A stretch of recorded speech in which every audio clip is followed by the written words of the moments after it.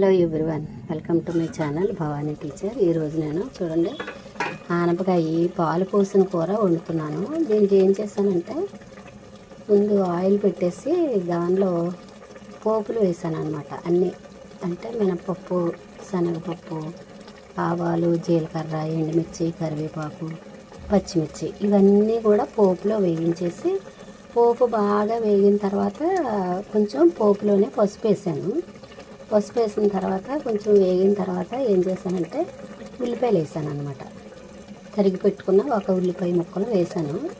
వేసి తర్వాత ఏం చేశానంటే ఆనపకాయ చెక్కేసి పైన దాన్ని జనరల్గా మనం కూర కంటే చిన్న చిన్న ముక్కలుగా తరిగి వేసుకుంటాం కదా. నేను ఏం చేశానంటే ఇది ముక్కలుగా తరిగి దాన్ని మిక్సీలో వేసి చిన్నగా క్రష్ చేశాను అనమాట.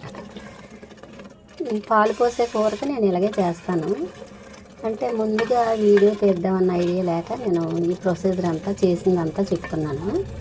అయితే కొంచెం చిక్కుకున్న ఆనపకాయని పైన తొక్కు తీసేసిన ఆనపకాయని పెద్ద పెద్ద ముక్కలుగా చేసి అవి మిక్సీ జార్లో వేసి చిన్నగా క్రష్ చేసినట్టు మిక్సీ పట్టాను అనమాట. పట్టి పోపులు, ఉల్లిపాయలు అన్నీ వేగిపోయిన తర్వాత ఇది ఇలాగా మనం క్రష్ చేసుకున్న ఆనపకాయ కూడా వేసేసాను.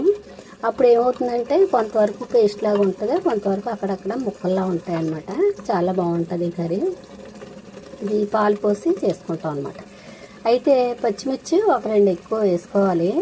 దీనిలో కారం చిటికెడు వేస్తే సరిపోద్ది. నేను ఇంకా కారం వేయలేదు, ఎందుకంటే ఉల్లిపాయలు, ఈ ఆనపకాయ ఇవి ఉడుకుతున్నాయి అన్నమాట.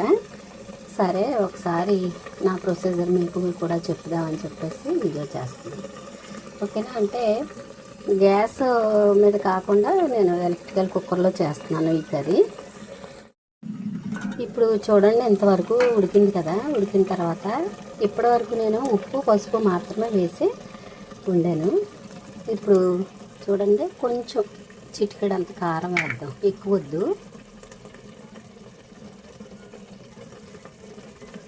ఇలాగ ఒక 1/2 స్పూను కారం వేసుకున్నాను.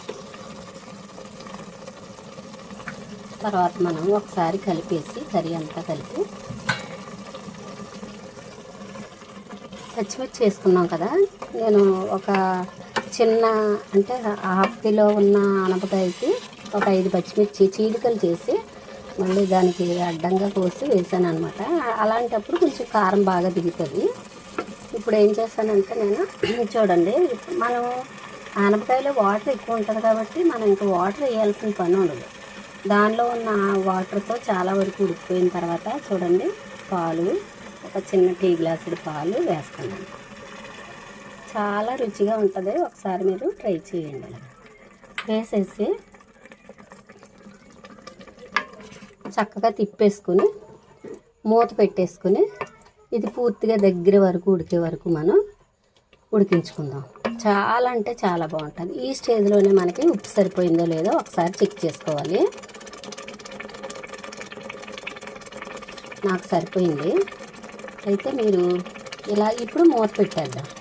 మూత పెట్టేసి అది పూర్తిగా దగ్గర వరకు ఈరిపోయే వరకు మనం ఎగిరించుకుంటే పాలు పోసిన ఆనపకాయ కూర చాలా అంటే చాలా రుచిగా ఉంటుంది. ఒకసారి మీరు ట్రై చేయండి. దీనిలో ఎట్టి పరిస్థితుల్లోనూ టమోటా కానీ పులుపు కానీ వేయకూడదు. ఇది నేను చేసే పద్ధతి. ఓకేనా. చివరికి పాలు పోసిన ఆనపకాయ కూర ఇలా రెడీ అయింది. చాలా అంటే చాలా రుచిగా ఉంది. మీరు కూడా ఇలా చేసుకొని తిని హ్యాపీగా ఉండండి.